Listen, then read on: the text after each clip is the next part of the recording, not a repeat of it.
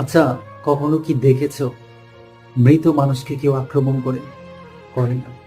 রাস্তার পাশে পড়ে থাকা পাথরকে কেউ লাথি দেয়, কিন্তু মানুষ নতুন কিছু করলে, কিছু পরিবর্তন নিয়ে আসলে মানুষের সমালোচনা হয়।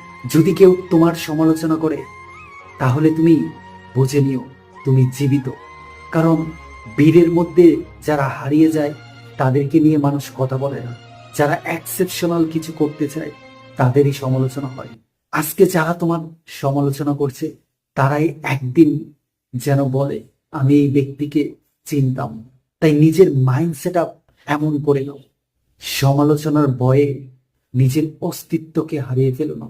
যেটার জন্য তুমি এই পৃথিবীতে এসেছ, সৃষ্টিকর্তা তোমাকে এই পৃথিবীতে পাঠিয়েছে, সেই কাজটা করে তারপর মৃত্যুর সময় আত্মতৃপ্তি নিয়ে মরো। মরতে তো হবেই, বীরের মতো মরো।